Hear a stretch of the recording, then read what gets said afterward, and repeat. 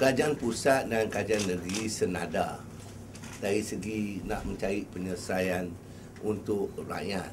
Tapi jawapannya ialah kerajaan negeri cakap selesaikan penyusunan semula dan teruskan, barulah kita dapat teruskan usaha untuk membuat logi apa semua. Saya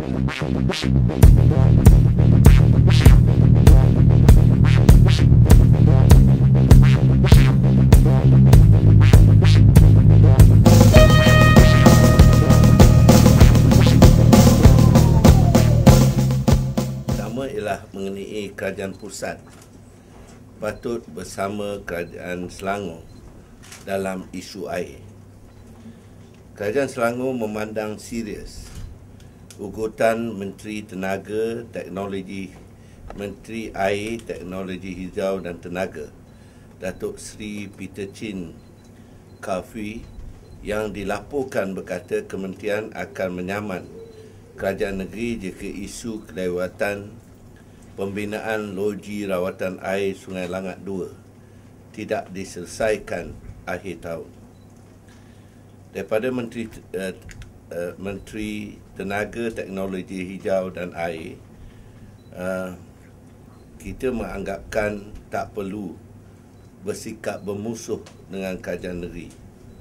Beliau sepatutnya bekerjasama dengan kerajaan negeri dalam menyelesaikan rundingan penstrukturan semula industri air Selangor yang telah tertangguh hampir 2 tahun. Kerajaan negeri berasa kerajaan pusat perlu memberi perhatian lebih kepada rundingan penyusunan semula. Lebih-lebih lagi, pusat dan negeri telah memberi komitmen untuk menyelesaikan rundingan ini dalam tempoh 2 bulan ini. Tambah pula, rundingan penyusunan semula industri ini adalah lebih penting kepada rakyat, kerana ia akan memastikan tarif air yang bernasabah serta perkhidmatan yang lebih efisien. Kerajaan Selangor mengulangi pendirian bahawa projek loji rawatan air Selangor Langat 2 tidak perlu disegerakan kerana bekalan air untuk Selangor, Kuala Lumpur, Putrajaya yang kita jangkakan mencukupi sehingga 2019. Kerajaan negeri juga berpendapat metodologi yang digunakan oleh kajian Majlis Sumber Air Negara 2020-50 yang telah mewajarkan kajian ini. Kami menyoal sikap kerajaan pusat yang mendulukan projek loji lawatan ini seolah-olah amat penting dalam menyelesaikan masalah perkhidmatan air di Selangor. Jikapun pembinaan ini bermula, ia hanya dapat beroperasi dalam masa 3 tahun dan tidak dapat menyelesaikan masalah-masalah yang sekarang dihadapi. Oleh itu, adalah tepat jika Menteri Tenaga, Teknologi dan Air menyelesaikan rundingan penyusunan semula ini yang mesti disiapkan dalam 2 bulan.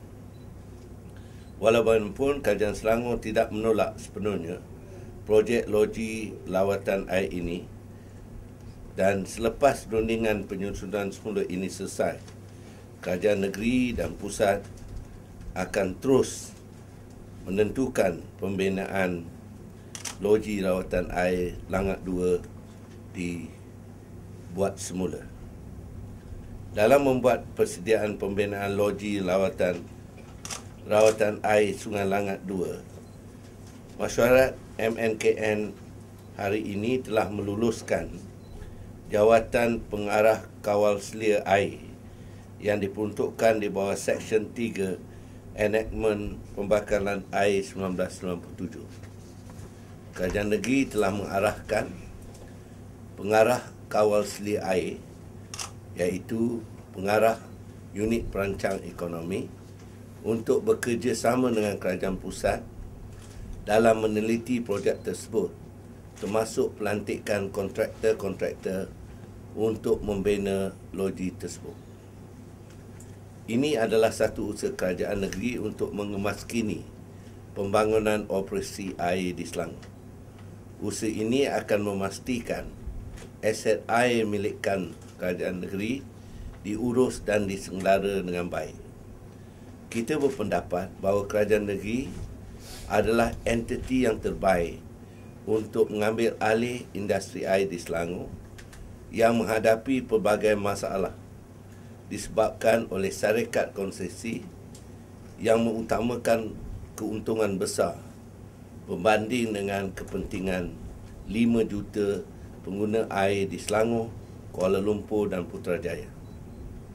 Syarikat konsesi yang gagal memberi perkhidmatan memuaskan seharusnya tidak dibenarkan meneruskan operasi air.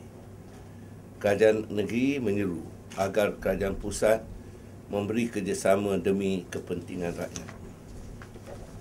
Perkara yang kedua ialah Esko telah meluluskan garis panduan guna pakai, iaitu the ethical practice untuk ahli majlis. Garis panduan tata cara ahli majlis telah dibentangkan kepada Esko dan kita telah membincangkan dia dan menerima untuk diguna pakai. Dan garis panduan ini akan menjadi asas bagi kita daripada sekarang untuk menentukan sama ada ahli majlis menjalankan tugas dengan penuh tertib seperti yang dikendaki sebagai satu asas kepada good corporate governance. Dan kita juga akan menggunakan panduan tersebut sebagai asas kita untuk menentukan sama ada ahli-ahli majlis mengikuti tata cara dan etika mereka sebagai ahli majlis.